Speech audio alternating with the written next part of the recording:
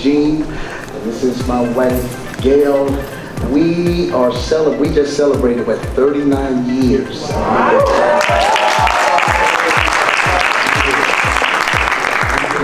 I think I read an article, it said like by 2053 or 2033 or something like that it would be astronomical, the wealth gap, that it would be like almost zero. Somebody's shaking their head, almost like 0%. And so this is going to affect our generation, our children, and our children's children. And so we need to start now creating programs, educating, financial literacy, bringing together people that have accumulated wealth so that we can talk and work together.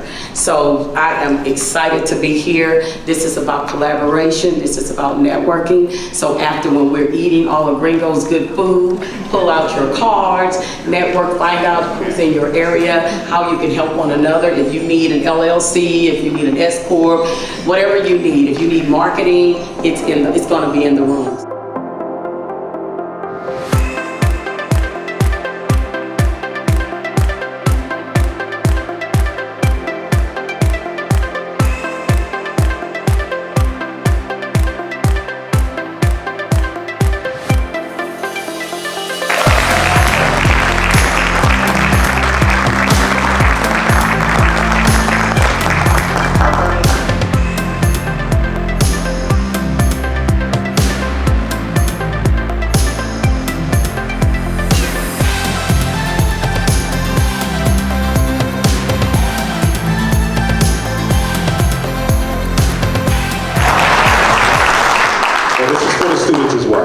So hopefully you find value in the conversation that can inspire your journeys. It's a long journey.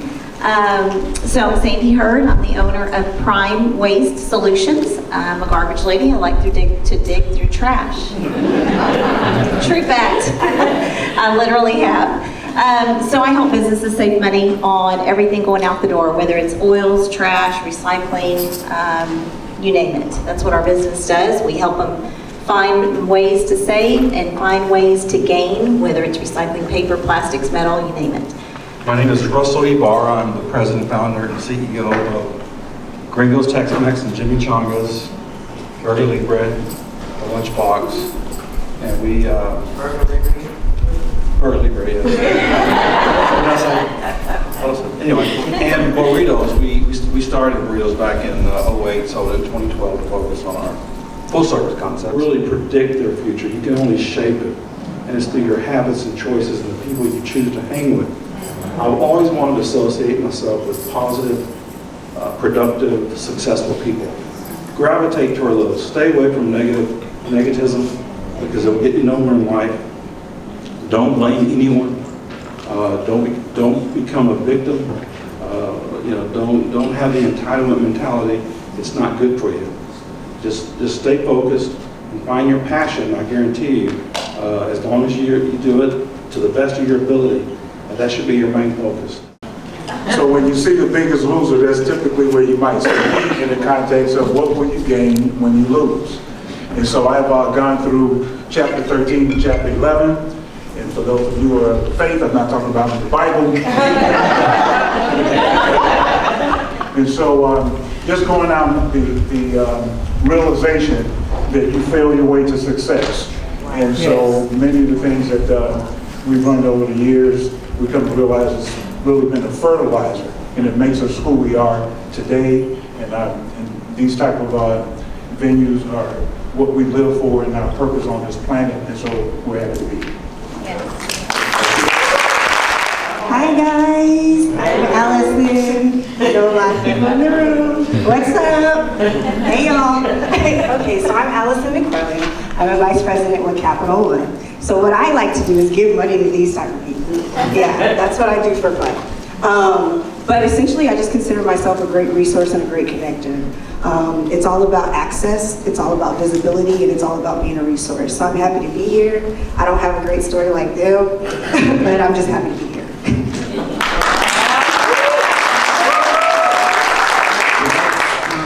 I serve as Deputy Chief of Staff for Commissioner Adrian Garcia. And so that's operations, that's programming, all geared toward workforce economic development and things of that nature. I also serve as the board chair for the Greater Houston Black Chamber of Commerce, as well as a business advisor for SCORE. And so my journey, I would say, is a little bit different.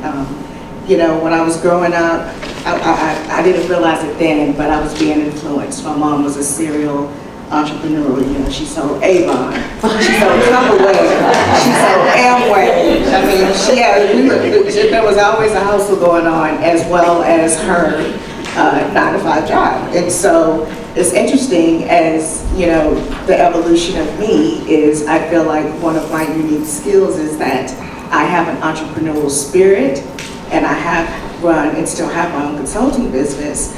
But what is interesting about where my journey has led me, it has led me to, I would say, the corporate. Diversity matters. I'm stunned when I go into rooms and I don't see women of color, I don't see men, and I realize that certainly for this part of my journey, it's to be that voice in the room. Just like you know that you can start your life and career out as a professional drummer and end up as a financial advisor, because that's what I've done. So don't limit the things that you can do in life, and you never know what tomorrow's going to bring, right? So, you know, my parents, mother was a nurse, graduated from Howard Nursing School. My dad was the only one of his 6 brothers and sisters to go to college. All his brothers and sisters supported him. He ended up actually getting 2 master's degrees. And so he and my mother instilled a love, just a curiosity of life. And I would say that over the years, I've gone from being the youngest person in the room to now I'm oftentimes the oldest person in the room. And so I could say to y'all youngins that I've been your age, but you haven't been mine yet. But the important thing there is, you know, through the travel, I lived and played music overseas, met people, you know, humans are humans, and it's how you show up and it's how you are when you get to the table.